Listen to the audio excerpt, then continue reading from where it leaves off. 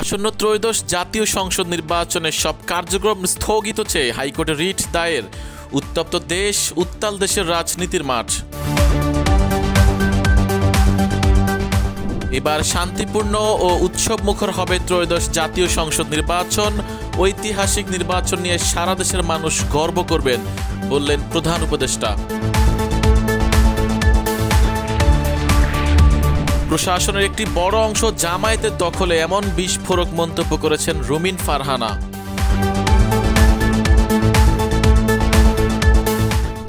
অবশেষে আদালত অবমাননার মামলায় ট্রাইব্যুনালে লিখিতভাবে নিঃশর্ত ক্ষমা চেয়েছেন বিএনপি নেতা ফজলুর রহমান।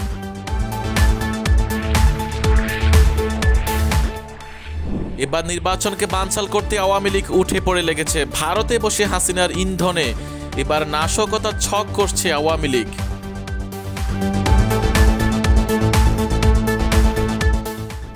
এবং মৃত্যুদণ্ডপ্রাপ্ত সাবেক স্বরাষ্ট্রমন্ত্রী আসাদুজ্জামান খান কামালকে ফেরত দিচ্ছে ভারত।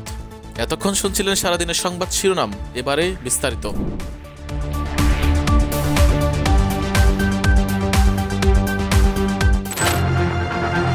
এবার আসন্ন ত্রয়োদশ জাতীয় সংসদ নির্বাচনের সব কার্যক্রম স্থগিত চেয়ে রিট দায়ের করা হয়েছে। বুধবার নিবন্ধিত রাজনৈতিক দল বাংলাদেশ কংগ্রেসের মহাসচিব অ্যাডভোকেট ইয়ারুল ইসলাম এই রিট দায়ের করেন।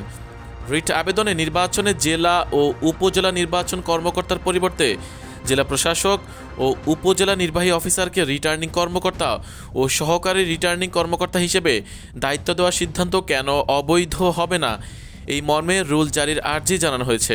একই সঙ্গে রিট আবেদনে রুল শুনানি না হওয়া পর্যন্ত আসন্ন জাতীয় সংসদ নির্বাচনের সব কার্যক্রম স্থগিত রাখতে বলা হয়েছে। প্রধান নির্বাচন কমিশনার সহ সংশ্লিষ্টদের রিটে বিবাদী করা হয়েছে। আগামী সপ্তাহে হাইকোর্টের একটি ডিভিশন বেঞ্চে রিট আবেদনটির শুনানি হবে বলে জানিয়েছেন আইনজীবী। গত 29শে নভেম্বর প্রধান নির্বাচন কমিশনার এএমএম নাসিরউদ্দিন বলেছেন, ত্রয়োদশ জাতীয় সংসদ নির্বাচনের তফসিল ডিসেম্বরের দ্বিতীয় সপ্তাহে ঘোষণা করা হবে। এ লক্ষ্যে আমরা মোটামুটি সব প্রস্তুতি নিয়েই রেখেছি।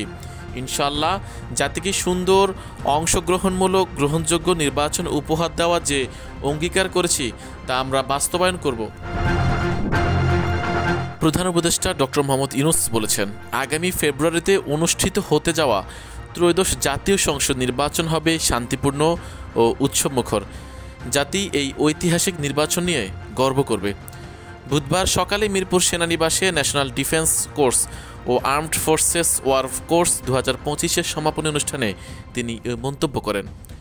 ডক্টর ইউনূস কোর্স সম্পন্নকারীদের উদ্দেশ্যে বলেন, বছরব্যাপী নিষ্ঠা ও অধ্যবসায়ের মাধ্যমে অর্জিত জ্ঞান ও অভিজ্ঞতা জাতীয় উন্নয়ন, নীতি প্রণয়ন ও কৌশলগত সিদ্ধান্ত গ্রহণে কার্যকরী ভূমিকা রাখবে। দেশের নিরাপত্তা ও বিভিন্ন দুর্যোগে সশস্ত্র বাহিনীর ভূমিকার প্রশংসা করেন প্রধান উপদেষ্টা। তিনি উল্লেখ করে বলেন, নিরাপত্তা ও উন্নয়ন সংশ্লিষ্ট অধ্যয়নের ক্ষেত্রে ন্যাশনাল ডিফেন্স কলেজ একটি উৎকর্ষতার কেন্দ্র হিসেবে প্রতিষ্ঠিত হয়েছে।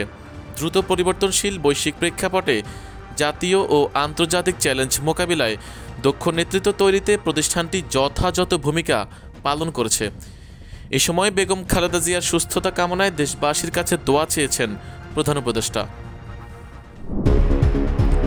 প্রশাসনের একটি বড় অংশ জামায়াতের দখলে, এমন বিস্ফোরক মন্তব্য করেছেন রুমিন ফারহানা। তিনি বলেছেন, শুধু প্রশাসন, পুলিশই নয়, বিশ্ববিদ্যালয়, ব্যাংক সহ অনেক প্রতিষ্ঠানে জামায়াতের পুরোপুরি আধিপত্য রয়েছে। সম্প্রতি একটি বেসরকারি টেলিভিশনের টক শোতে কথা বলেন তিনি। এ সময় জামায়াত নেতা শাহজাহান চৌধুরীর বক্তব্যের কড়া সমালোচনা করেন রুমিন ফারহানা। রুমিন ফারহানা বলেন, শাহজাহান চৌধুরী 2 দিন আগে চ্যালেঞ্জ দিয়েছেন, তার কথায় চন্দ্র সূর্য সবকিছু থেমে যায়। তিনি বলেছেন, তাকে না চিনলে চিনে রাখতে। তিনি সহ জামায়াতের বেশ কয়েকজনকে আমরা এই কথাও বলতে শুনেছি, আমরা বললে মামলা নেবে, আমরা বললে মামলা থেকে অব্যাহতি দেবে, আমরা বললে গ্রেফতার করবে, আবার আমরা বললেই ছেড়ে দেবে। আমাদের কথায় পুলিশ উঠবে বসবে, সেটা বলার এক পর্যায়ে তিনি জামায়াত আমিরকেও খুঁজছিলেন। উনি কোথায়? ওনাকে সামনে রেখে সাক্ষী মেনে এই কথাগুলো বলতে চাইছেন। আমরা যদি এগুলো দেখি তাহলে বুঝতে অসুবিধা হয় না কি পরিমাণ নিয়ন্ত্রণ করতে চাইছে। তিনি আরও বলেন, আজকাল যে আচরণগুলো আমরা লক্ষ্য করি অনলাইন, অফলাইন কিংবা সর্বত্রই, মিডিয়া ও মিডিয়ার বাইরে, মাঠের রাজনীতিতে কিংবা ডিজিটাল প্ল্যাটফর্মে, ঠিক যেরকম অ্যারোগেন্সি গত 15 বছর দেখেছি, সেটা আমরা কিছু দলের ভেতরে নির্বাচনের আগেই 15 মাসেই দেখতে পাচ্ছি। বিএনপির এই নেত্রী বলেন, নির্বাচন শুধু পুলিশ বা প্রশাসন দিয়ে হবে না, এখানে সরকারের সদিচ্ছার ব্যাপার আছে। সেই সঙ্গে বিভিন্ন রাজনৈতিক দল, প্রার্থী, ভোটার ও সমর্থকদের ব্যাপার আছে। সব কিছু বিবেচনায় নিলে শুধু পুলিশ বা প্রশাসন দিয়ে হবে না। পুলিশ বা প্রশাসন কিভাবে কাজ করবে সেটা নির্ধারণ করার দায়িত্ব নির্বাচন কমিশনের। কমিশন সেটা কতটুকু নিরপেক্ষভাবে বা শক্তভাবে করতে পারবে সেটা একটা প্রশ্ন। অবশেষে আদালত অবমাননার মামলায় ট্রাইব্যুনালে লিখিতভাবে নিঃশর্ত ক্ষমা চেয়েছেন বিএনপি নেতা ফজলুর রহমান। বুধবার দুপুরে এক সংবাদ সম্মেলনে চিফ প্রসিকিউটর তাজুল ইসলাম বিষয়টি নিশ্চিত করেছেন। চিফ প্রসিকিউটর জানান, ট্রাইব্যুনালকে নিয়ে বিরূপ মন্তব্যের জেরে লিখিতভাবে নিঃশর্ত ক্ষমা চেয়েছেন বিএনপি নেতা ফজলুর রহমান। আগামী সোমবার এ বিষয়ে শুনানি অনুষ্ঠিত হবে। এর আগে গত 26 নভেম্বর ট্রাইব্যুনালকে নিয়ে বিরূপ মন্তব্যের জেরে আন্তর্জাতিক অপরাধ ট্রাইব্যুনালে তার বিরুদ্ধে আদালত অবমাননার অভিযোগ আনা হয়। এর জেরে গত 30 নভেম্বর বিএনপির এই নেতাকে আগামী 8 ডিসেম্বরের সশরীর উপস্থিত হয়ে এ বিষয়ে ব্যাখ্যা দিতে বলেছেন ট্রাইব্যুনাল। এর মধ্যেই বুধবার ট্রাইব্যুনালকে নিয়ে বিরূপ মন্তব্যের জেরে লিখিতভাবে নিঃশর্ত ক্ষমা চাইলেন ফজলুর রহমান। প্রসিকিউশন জানিয়েছে, গত 23 নভেম্বর চ্যানেল 24-এর একটি টক শোতে অংশগ্রহণ করেন বিএনপি নেতা ফজলুর রহমান। ওই টক শোতে ট্রাইব্যুনালকে উদ্দেশ্য করে তিনি বলেন, আমি প্রথম দিন থেকে বলছি এই কোর্ট আমি মানি না। পরে উপস্থাপকের প্রশ্নের জবাবে তিনি আরও বলেন, সবাই জানে, জানবে না কেন? আমার ইউটিউব শুনেন, আমি এই কোর্ট মানি না, এই কোর্টের আমি বিচার মানি না। ইউটিউবে বলেছি, টক শোতে বলেছি, যদি না বলে থাকি এখন বললে আমার ভুল, মাফ চাইব। প্রতিদিন বলছি এই কোর্টের বিচার আমি মানি না। এই কোর্টের গঠন প্রক্রিয়া বলে এই কোর্টে বিচার হইতে পারে না। এই কোর্টে যারা বিচার করছে, আমার ধারণা এদের ভেতরে একটা কথা আছে।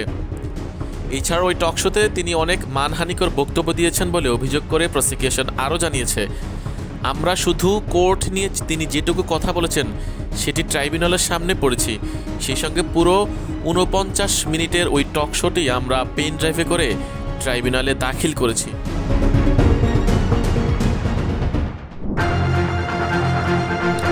দিন যত যাচ্ছে, নির্বাচন ততই ঘনিয়ে আসছে। এবার নির্বাচনকে বানচাল করতে আওয়ামী লীগ উঠে পড়ে লেগেছে। ভারতে বসে হাসিনার ইন্ধনে এবার নাশকতার ছক করছে আওয়ামী লীগ। আওয়ামী সরকারের পতনের পর থেকে ভারতে পালিয়ে যাওয়া কার্যক্রম নিষিদ্ধ ঘোষিত দলটির প্রধান শেখ হাসিনা সহ অন্য পলাতক নেতারা বাংলাদেশের মানুষকে নানা রকম ভয়ভীতি দেখিয়ে আসছে। শেখ হাসিনা দেশে ফিরে সবাইকে দেখে নেবেন এমন হুমকিও দেন। তিনি ভারতে বসে আত্মগোপনে থাকা তার দলের নেতাকর্মীদের ভয়েস কলে নানা রকম নাশকতামূলক অপতৎপরতার নির্দেশনা দেন। তা মোকাবেলায় সরকারের তরফ থেকে নানা রকম ব্যবস্থা নেওয়া হয়। একই সঙ্গে জুলাইয়ে ফ্যাসিবাদ বিরোধী সব পক্ষ সোচ্চার হয়। এরই মধ্যে শেখ হাসিনার বিরুদ্ধে আন্তর্জাতিক অপরাধ ট্রাইব্যুনাল থেকে জুলাই গণহত্যা মামলার ফাঁসির দণ্ডাদেশ ও ঢাকার বিশেষ আদালত থেকে রাজুকের প্লট দুর্নীতির 3 মামলায় প্রথমে 21 বছরের সাজা হয়, পরে আরও এক মামলায় 5 বছরের কারাদণ্ড দেওয়া হয়। এই যখন বাস্তবতা, তখন দেশের মানুষের কাছে ভীতিকর এই দলটি নতুন করে চক্রান্ত শুরু করেছে। আগামী জাতীয় সংসদ নির্বাচন সামনে রেখে দেশে চরম অস্থিতিশীলতা তৈরি সহ নির্বাচন বানচালের সর্বাত্মক অপচেষ্টা চালাতে পারে। 32টি সংসদীয় আসনে ঢুকে যেতে পারে প্রতিবেশী দেশে পলাতক দলটির নেতারা।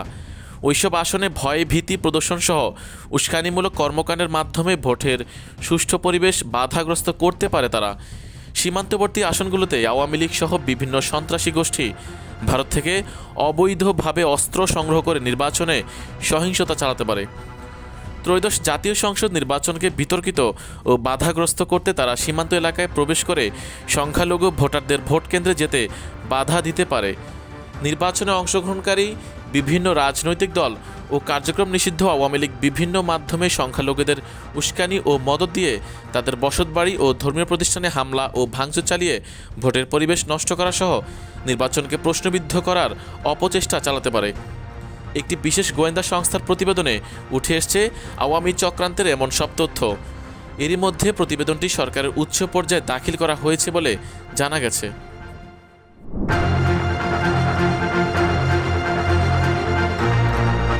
গণহত্যা ও মানবতা বিরোধী অপরাধের দায়ে মৃত্যুদণ্ডপ্রাপ্ত সাবেক স্বরাষ্ট্রমন্ত্রী আসাদুজ্জামান খান কামাল ভারত ছাড়ছেন। মৃত্যুদণ্ডের বিধান নেই এমন কোনো দেশে গিয়ে আশ্রয় নেওয়ার চেষ্টা করছেন তিনি। পাশাপাশি বাংলাদেশের সঙ্গে বন্দি বিনিময় চুক্তি নেই এমন দেশে যাওয়ার চেষ্টাও করছেন। আন্তর্জাতিক অপরাধ ট্রাইব্যুনালের রায় ঘোষণার পরপরই তিনি কলকাতার রোজেডেলে এলাকা ছেড়ে অজ্ঞাত স্থানে চলে গেছেন। তাই কয়েকদিন ধরে কলকাতায় অবস্থানকারী নিজ দলের নেতাকর্মী সহ কেউই তার সাক্ষাৎ পাননি। বাংলাদেশ সরকারের দায়িত্বশীল সূত্র এবং ভারতের একাধিক কূটনৈতিক সূত্র এই তথ্য নিশ্চিত করেছে। অবশ্য কামাল নিজেও ভারত ছাড়ার ইঙ্গিত দিয়েছেন। তিনি বলেন, ভারতে বেশি দিন থাকা নিরাপদ মনে করছি না, এখনই আমাকে বিকল্প চিন্তা করতে হচ্ছে।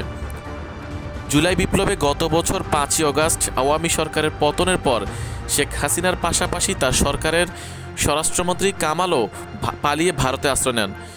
জুলাই গণহত্যা ও মানবতা বিরোধী অপরাধের দায়ে গত 17 নভেম্বর আন্তর্জাতিক অপরাধ ট্রাইব্যুনাল ক্ষমতাচ্যুত প্রধানমন্ত্রী শেখ হাসিনা ও আসাদুজ্জামান খান কামালকে ফাঁসিতে ঝুলিয়ে মৃত্যুদণ্ড কার্যকর করার রায় দেন। ট্রাইব্যুনালের এই রায়ের পর শেখ হাসিনা ও কামালকে ফেরত চেয়ে ভারত সরকারের কাছে কূটনৈতিক চিঠি দেয় বাংলাদেশ। বাংলাদেশের এই চিঠি পর্যালোচনা করে দেখা হচ্ছে বলে এরই মধ্যে জানিয়েছে নয়াদিল্লি। ওই রায় ঘোষণার পর একটি আঞ্চলিক জোটের সম্মেলনে যোগ দিতে দিল্লি যান বাংলাদেশের নিরাপত্তা উপদেষ্টা ডক্টর খলিলুর রহমান। সফরকালে গত 19 নভেম্বর ভারতের নিরাপত্তা উপদেষ্টা অজিত দোভালের সঙ্গে দ্বিপাক্ষীয় বৈঠক হয় তার। কূটনৈতিক সূত্রে জানা যায়, ওই বৈঠকে ফাঁসি দণ্ডপ্রাপ্ত আসামি হাসিনা ও কামালের প্রত্যর্পণ নিয়ে বিস্তারিত আলোচনা হয়। মৃত্যুদণ্ডাদেশপ্রাপ্ত আসামি হাসিনা ও কামালকে ফেরাতে বাংলাদেশ এবং ভারতের মধ্যে কূটনৈতিক চ্যানেলে যোগাযোগের মধ্যেই সামনে আসে কামালের ভারত ছাড়ার প্রচেষ্টা তথ্য। স্বরাষ্ট্র মন্ত্রণালয়ের রাজনৈতিক শাখার দায়িত্বশীল একজন কর্মকর্তা জানান, আন্তর্জাতিক অপরাধ ট্রাইব্যুনালের রায়ের সূত্র ধরে তৎকালীন স্বরাষ্ট্রমন্ত্রী কামালকে ফেরত চেয়ে ঢাকার তরফ থেকে দিল্লিকে চিঠি দেওয়ার পর বিচলিত হয়ে পড়েন তিনি। ইতোমধ্যেই তিনি তার 1 বছরের পুরানো ঠিকানা পরিবর্তন করে সে দেশেরই অজ্ঞাত স্থানে আত্মগোপনে চলে গেছেন বলে মন্ত্রণালয়কে জানানো হয়েছে।